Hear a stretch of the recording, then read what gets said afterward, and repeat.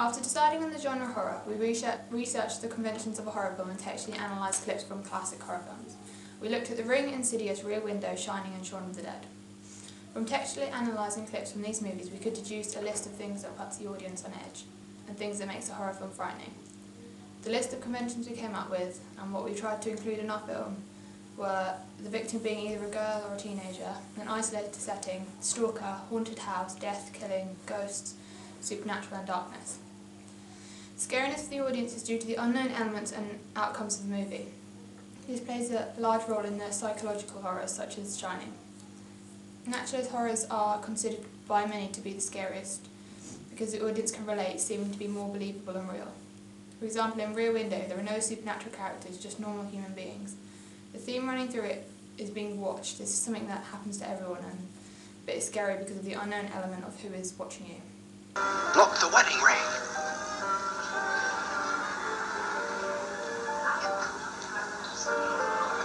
Turn off the light, he's seen. It picks out people's phobias and plays on them because to the audience it is going to be more believable and real. Other types of horror include supernatural, which refers to zombies, vampires and ghosts. We did text analysis of Shaun of the Dead. Even though it is a comical spin-off the horror Dawn of the Dead, it still has features of extreme gore which we wanted to look into. Fuck off!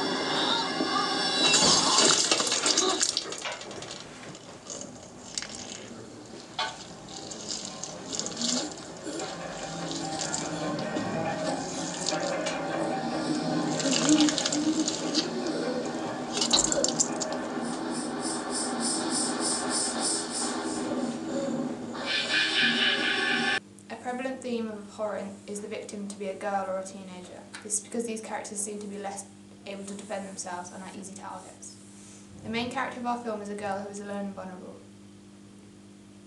Another convention of horror is the setting to be isolated or the feeling of being trapped. Both these conventions are seen in The Shining, where they are looking after a hotel in the middle of nowhere. They are also trapped because they are snowed in.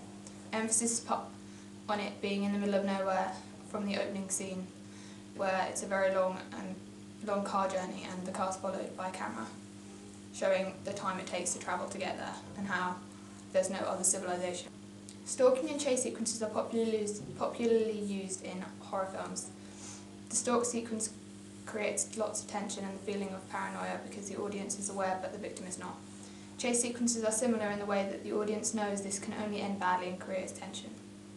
The chase sequence is generally fast-paced and can be confusing to the audience, which all adds to the horror. We try to convey the feeling of paranoia in our opening credits by allowing the audience to see the stalker but not the victim. We didn't use a chase sequence, but we did increase the pace of it towards the end. We wanted to use the conventions of darkness in our opening credits as well, because nearly all films we researched were set in the dark. The darkness is the key convention because it plays off people's fears of being scared of the dark. Scary things coming out of the dark, such as zombies, ghosts, and also that in the darkness the scene is maybe not as clear and therefore adding to the paranoia for the audience.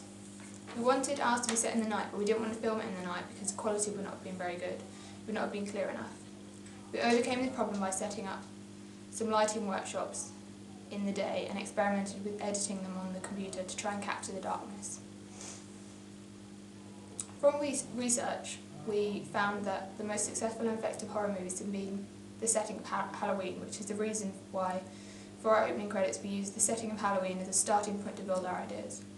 Even scarier than playing on elements that seem believable to the audience is basing a film on a real event, such as The Exorcism, which was based on a real exorcism that took place in Washington. Looking into the special effects used in horror films, most didn't really use them, or they were not obviously used. Special effects are commonly more linked to fantasy or thriller films. Special effects were not used in some of the older films we textually analysed, such as The Shining and Rear Window.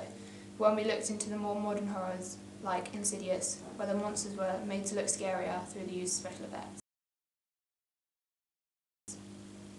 In our film, we use special effects in the same way by adding effects to change the coloration and characters to make them look scarier.